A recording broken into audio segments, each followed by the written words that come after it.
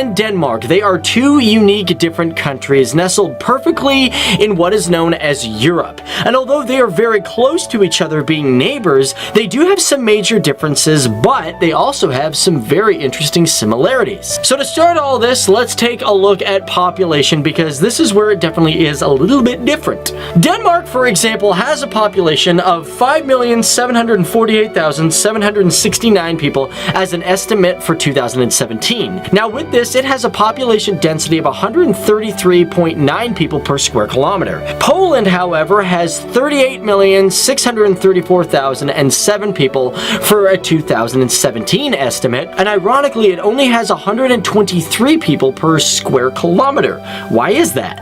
Because here's the thing, guys, Poland may actually seem like a bigger country. This is because its land size, if you look at Denmark and Europe, it's way bigger. For example, Denmark's mainland is only 42,931 square kilometers, ranking 130th in the world when it comes to land size. But let's not forget, Denmark also has Faroe Island and Greenland. Faroe Island comes in at approximately 1,393.4 square kilometers, and Greenland is a whopping 2,166,086 kilometers square, which actually makes Greenland the largest island on the planet. And you might be thinking to yourself, well, wait a minute, are these actually part of Denmark? Although it is true they are not part of the mainland of Denmark, they are an anonymous Danish dependent territory with limited self-government. And totaling all of this land, it comes to 2,210,579 square kilometers. However, Poland, yes, is a little bit smaller with 312,679 square kilometers. So when it comes to these two countries, believe it or not, they actually do have something in common.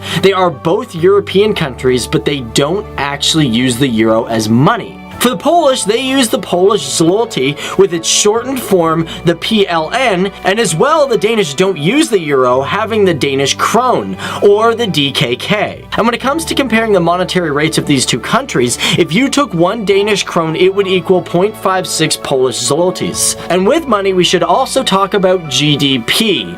How much do these countries have when it comes to gross domestic product? When it comes to nominal GDP, Poland sits at 509,955 million, ranking it 23rd in the world with a GDP per capita of 13,429. However, Denmark has 302,571 million, making it rank 32nd in the world with a per capita of 53,242. So how do they make this money? Well, it's not just jobs, it's also imports and exports. That's a big thing as well. So for Poland, the exports equal about 196 billion, ranking at 19th in the world, and imports are as well 19th, coming in at 186 billion. Overall, the highest products from this GDP are vehicle parts, coming in at 5.7, with 40% of these parts going to Germany, and 3.9% of its GDP equaling cars, with 23% going to Germany as well. Its imports are oddly enough slightly reversed, with 3.9% cars and 3.6% car parts. Now Denmark, its exports sit at 82 billion, ranking it 31st in the world, and imports come in at 83.8 billion, ranking it at 29th. And oddly enough, some of the biggest things are pig meat coming in at 32%, in which 19% goes to Germany, 3.8% of electronic engineering sets, which 35% goes to Germany, and of course electronic engineering sets come in at 3.8%, with 35% of that going to Germany, and 3.2% equals packaged medicaments. And when it comes to its imports, 4.8% of its GDP is from cars. Now this may all be good, but one thing we definitely gotta talk about and compare is living expenses within the country. And for this, we're gonna look at what would happen if you moved from Poland to Denmark. Now moving from Poland to Denmark, you will see a major increase of what you have to spend on. As a matter of fact, food is 138% higher, housing is 101% higher, clothes equals 65% higher, transportation at 108% higher, healthcare is also 70% higher, and entertainment coming in at a whopping 119% higher. And to break that down, if you were to go out and actually have a meal in Poland, it would probably cost you about 26 Polish zlotys. And to buy a 900-foot place in a normal location, it would equal approximately 2,786 zlotys. But as for Denmark, for the same meal, it would cost 121 krone, and for the same living space, it would cost approximately 9,679 krone. Overall, when it comes to living in Denmark, it would cost 108% more than it would in Poland. Now keep in mind, when it comes to wages, it is roughly 13 zlotys per hour, which equates to approximately $3.88 in the US. But Denmark has no minimum wage, as it is negotiated between unions and employers, and it is thought that it is roughly 110 DKK, which equates to about $16 US an hour. However, this is just all ballpark figures, especially when it comes to living expenses, because that changes from town to town, because within both countries there are some really expensive places to live. And as a matter of fact, in Denmark, Copenhagen is one of the most expensive places to live in the entire world. And besides Copenhagen, Denmark's most expensive cities are Silkeborg, Aarhus, and Aalborg. And for Poland, these cities are Warsaw, Gliwice, Krakow, Gdansk, and Wrocław. Now, considering we're talking about money, we need to look at national debt of these countries. How much do these countries have? At the time of recording this video, the national debt clock puts Poland at approximately $1,487,175,000. This would equate each citizen owing 26,091 zlotys, and this would also equate to the country paying 48,824,921,802 zlotys in interest a year. Now, Denmark sits at 775,421,296,000, with each citizen owing approximately 137,000 krone, creating also approximately 18,359,328,220 krone in interest. And if you were to stack the debt high into single dollar bills, Denmark's stack would equate to 18,902 miles high, and would stack high enough that it would reach 0.08 the length to the moon. As for Poland, its stack would be 8,314 miles high, and would equal the length of only 0.03 when it comes to the length from Earth to the moon. Now let's talk about military. What do these two countries have? Because we've talked about money, we gotta talk about guns and ammunition. For Denmark, the manpower equals 2,500,000, with 2,200,000 fit for service. Poland has approximately 19 million people when it comes to its manpower, and approximately 15,585,000 fit for service. And when it comes to Denmark's active service, it has approximately 20,800 soldiers and 54,350 soldiers in reserve. Poland, however, has 109,650 active personnel, with 75,000 in reserve. Now, when it comes to the budget for the military of these two countries, Denmark, for example, has $4,440,000,000 for its military budget, and Poland has $9,360,000,000. Denmark has roughly 84 aircraft, where Poland has 465. As for tanks, Denmark has 57. Poland, however, has 1,065. And when it comes to the Denmark Navy, it does beat Poland with 90 assets, and Poland only having about 83 Navy assets. But however, you can't have a military without having the liquid that will help make the engines move, and that is oil. How much oil do these two countries have? So Denmark produces roughly 165,200 barrels of oil a day. However, they have about 611 million barrels in reserve, and I think that's a safe bet to say that they'd be okay if anything really bad happened. But Poland, however, only produces about 19,260 barrels a day, but does have 100 million barrels in reserve for its military and other uses. So we've got military down, we've got land size, population, how much money these countries make. Let's talk now about healthcare. So for these two countries, they are both publicly funded. Poland has a national health fund, which is free for all citizens as long as they apply in an insured category, which basically means that they are insured by a company or they have a spouse or a family member who is insured as well. Now, as for Denmark, its healthcare system is free, but the money for its healthcare is gained through taxes. Now, in Denmark, for example, they spend approximately 10.4% of its GDP as of 2016 on healthcare. And for a citizen's life expectancy in Denmark, it equals 78.8%. And as well, they have approximately 2.6 beds per 1,000 people. Now, for Poland, they spend about 6.4% of their GDP on healthcare, and their citizens have a life expectancy of 73.5 years, and they have 6.6 beds per 1,000 people. Now, that's just the tip of the iceberg when it comes to the healthcare system, but let's move on and do a general idea of the education of these two countries. Now, to give you a good idea for these countries, we are going to equate all the dollars into US dollars. For education in Denmark, they spend approximately 11,499 US dollars per student. And in 2014, their scores for math were 516, scores for reading were 489, and science was 505. But Poland spends roughly 7,026 US dollars per student, and its math scores came in at 510, reading came in at 491, and science came in at 504. Now, in Denmark, schools are actually free for its citizens, as well as other countries from the EU, such as places like, say, Switzerland. And this is applicable for Switzerland students who have a permanent residence card or a temporary residence card. But for all other international students that come from other places from around the world, their tuition fees a year are anywhere between $8,000 to $21,000. But, however, the good part is that there are places that you can get scholarships and government grants if you are an international student as well.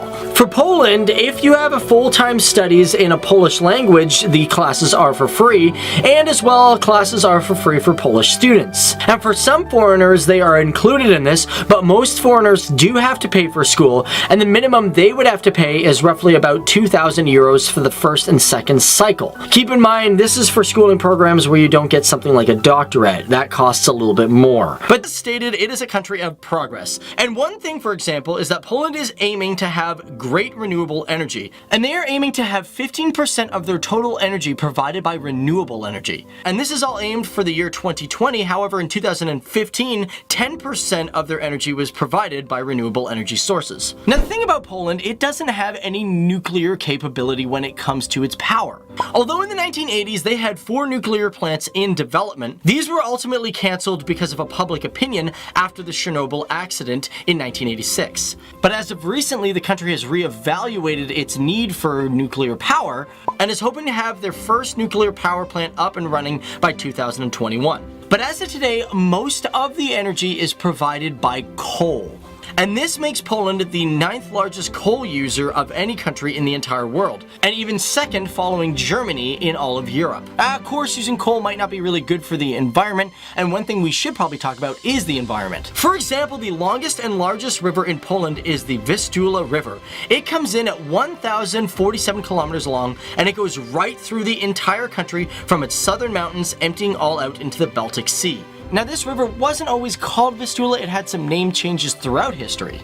For example, in 40 AD, it was called Pampinus Mela. And although this valley has been around for over 2 million years, ever since people have been in the region, it has always been a major artery for trade. Now, Poland has always been known for its cars. Well, at least when it comes to its economy, as its automotive industry makes up about 11% of the country's economy. But in 2007 to 2009, they were the second largest producer of light vehicles in East and Central Europe. And in 2013, they were the 23rd largest car creators in the world. And one thing to note, the company called Ursus, which generally makes tractors, was the first car company in the country, being founded in 1893. You know, considering we're also talking about inventions and cars and all this sort of stuff, did you guys know that the father of modern day rocket science was born in Poland? Theoretically. Okay, if we were to go by today's standards, it would be in Poland, but Wernher von Braun, the man who helped build the V-2 rockets for the Germans during the Second World War, which was the real beginning movement for rockets to be used to go to space. He was born in Wierzitz, Germany on March 23, 1912. However, the German name was changed to Wierzyk in 1919, which is now located in Poland. So have any of you guys ever heard of the Bledo Desert? Neither have I until reading about it. This is a desert located in Poland. That's right, even though Poland is a country that has a lot of green land and doesn't seem like a place that would have a desert, it actually does. This is the largest collection of sand in all of Central Europe, stretching out over 32 kilometers, and unlike other deserts, this one was definitely not created naturally. The sands that go 40 to 70 meters deep are a result of humans lowering the water table to such a high amount that vegetation has had a hard time to grow back. So if we're going to talk about land, we should probably talk about how Poland has 16 voivodeships. So what is a voivodeship? Well, basically they are provinces or states. However, the country always didn't have just 16 voivodeships. In the last 200 years, it's changed consecutively. Before 1795, Poland had been divided up into 4 different divisions. They were Great Poland, Lesser Poland, the Grand Duchy of Lithuania, and the Duchy of Livonia. And within those 4 different sections, Poland had 41 voivodeships. That's insane. However, from 1816 to 1837, there were only 8.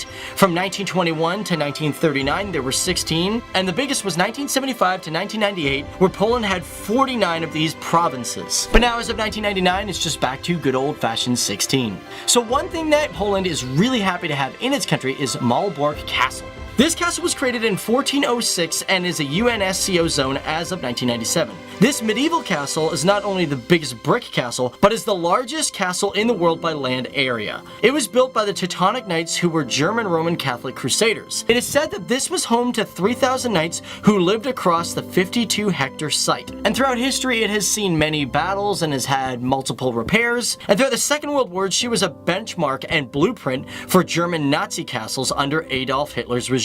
But in the modern day, this is one of the most visited sites in all of Poland, as she is one of Poland's great heritage sites, and in 2016, they finally repaired the Blessed Virgin Mary Church, which was destroyed from a battle during the Second World War. And not only is it the biggest brick castle, but it's also the largest brick building in all of Europe.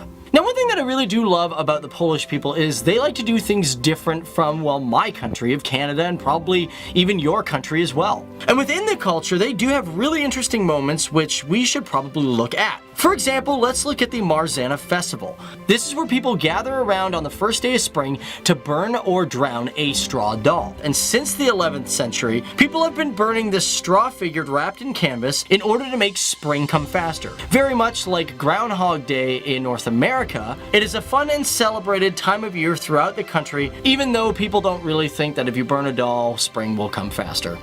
Also, speaking about traditions, let's talk about food, because the people of Poland are known for their food. It's so good. Kanapki is a popular food that you would eat in the country. Now, most of us throughout the world like sandwiches, and when we talk about sandwiches, we think of bread, meat, and more bread. Right? But in Poland, if you actually get one of these, you might not get 2 pieces of bread. Instead, you'll pretty much just get an open sandwich. It's pretty popular there, and yeah, you might need a fork or knife to eat. And of course, we cannot forget about pierogies. Personally, I love them. My mom hates them, but oh, they're just so good. Now, if you've never had one, well, first of all, you're missing out. But basically, they are a delicious dumpling that you can get filled with cheese or potato. In Poland, they date back to the 17th century, as this food was a diet staple for the people of the country. And they are so popular that in the city of Krakow, they have their own pierogi festival. I should also mention that considering I'm from Canada, living in Ontario near Toronto, I should mention that Toronto has its very own Polish festival. It is known as the Roncesvalles Polish Festival, and it is the largest Polish street festival in all of North America. And I wanted to mention that because, yeah, you can get pierogies there just as well. They're so good. And one other thing to mention, which might be strange for some, is that on Christmas, pierogies are a traditional addition to the Christmas Eve meal. Now pierogies, you have many different ways that you can prepare these, but for Christmas, there's only 2 real ways that you should do it. And that is to have 2 types, one filled with sauerkraut and dried mushroom, and the other just filled with mushroom, and it comes with clear borscht. So we've talked about land, we've talked about food, but what about art and cinema? Well, that's a very important thing to the Polish people as well. Now, cinema does make up for a lot of countries' culture, and for Poland, a lot of their films may not be in the limelight to most European or American films, but they've also made some really good contributions to the film industry. You could say that the city of Łódź is the cinema capital of Poland, sometimes being called Hollywoods. It is home to the first cinema, which was created in 1899, and is also home to the Museum of Cinematography. But as for film, the first filmmaker from Poland was Kazimierz Porozieniński, who was known for shooting documentaries, but he's also known as an inventor, because this Polish inventor created one of the first ever movie cameras, being called the Pleograph, which was built in 1894. And before we get out of here, guys, I gotta mention one last thing, because you know what, we gotta talk about astronauts. Miroslav Hermaszewski. This man is the first, and to this day only ever, Polish person to go into space. Now, he was born on September 15th, 1941, and in the 1970s, out of 500 pilots from Poland, he was chosen to go into space, spending 8 days on the Soviet space station Salyut 6 on June 27th, 1978. We have the country of Guinea with a GDP per capita of $2,338 US. Although very rich in natural resources, the country of Guinea faces issues such as poor management and lack of safe infrastructure. Getting important resources such as electricity and water are also a challenge in the country, which makes running a business very costly. These factors also make foreign investors worried about coming to Guinea. The country number 9 is Eritrea with a GDP per capita of $2,102.95 US. Eritrea is a small country in Africa and it has seen some growth in its economy in recent years. However, it still ranks among the world's poorest country, with an average person earning less than $1,500 US a year. A large amount of the country's GDP is made up of remittance, which is money sent to residents from relatives that live in other countries. Country number 8 is Madagascar with a GDP per capita of $1,452.60 US. Madagascar is the 4th largest island in the world, and the average person is 42% poorer today than he was 50 years ago. And this is according to the World Bank. 3/4 of the population of Madagascar are now estimated by the United Nations to live on less than $1.25 US per day. With the majority of the population dependent on agriculture for their survival, the country's economy is really exposed to weather-related disasters. Next on the list, we have Mozambique with a GDP per capita of $1,180.37 US. Mozambique is located on the southeast coast of Africa, bordering Zimbabwe and Malawi, as well as South Africa. Unfortunately, it too is struggling with crippling poverty. There's a lot of corruption, and that is said to be a massive problem in the country, which hinders the economic success of the residents. Much of the rural Mozambique lives on less than $1.25 US per day. The country number 6 is Malawi with a GDP per capita of $1,163.30 US. In Malawi, well over 85% of the country's population live in rural area and is dependent on subsistence farming. The country's economy is fragile and very dependent on foreign aid. Back in the year 2000, however, the International Monetary Fund, or the IMF, stopped its aid payments to Malawi, saying that widespread corruption and mishandling of the funds by the government was the main reason. The country halfway in at number 5 is Liberia, and they have a GDP per capita of $1,161.20 US. Unfortunately, Liberia is often pointed to as an example of a failed state. The country has suffered and struggled a lot for a variety of reasons, including an outbreak of Ebola in recent years, as well as the rise of militant groups and warlords who are controlling resources. The country number 4 is Niger with a GDP per capita of $932 US. Niger is named after the Niger River, and Niger has oil reserves, but internal problems have led to major economic issues. While Niger is the largest country in West Africa, most of its territory is covered by the Sahara Desert, which limits the economic activities which the country's population can engage in. Also, the country is landlocked and poor in resources. Only 3 nations left. At number 3, we have the Democratic Republic of Congo with a GDP per capita of $930.50 USD. The Democratic Republic of Congo, which is different from the Republic of Congo, and it's really unfortunate for this country because it has been in the middle of all sorts of military and political issues for a long period of time, and this is why we have such a low GDP per capita. And one of the saddest things about this is that over the recent years it has actually fallen. Then there's also the Central African Republic with a GDP per capita of $774.70 USD. The economy of Central African Republic is largely dependent on the exports of diamonds, which brings in between 40 to 55% of the country's exports revenue. However, it's estimated that up to half of those diamonds are sold on the black market, which denies the government of tax revenues, as well as hardworking business people are getting completely ripped off. Now, the number 1 most poor nation in the world is Burundi with a GDP per capita of $660.30 USD. Burundi tops this list, and it's another African nation with an overwhelming majority of its population depending on agriculture. According to the IMF data, over 80% of the country's population lives below the poverty line, and problems with government corruption and coups have really crippled Burundi's ability to actually develop as a nation.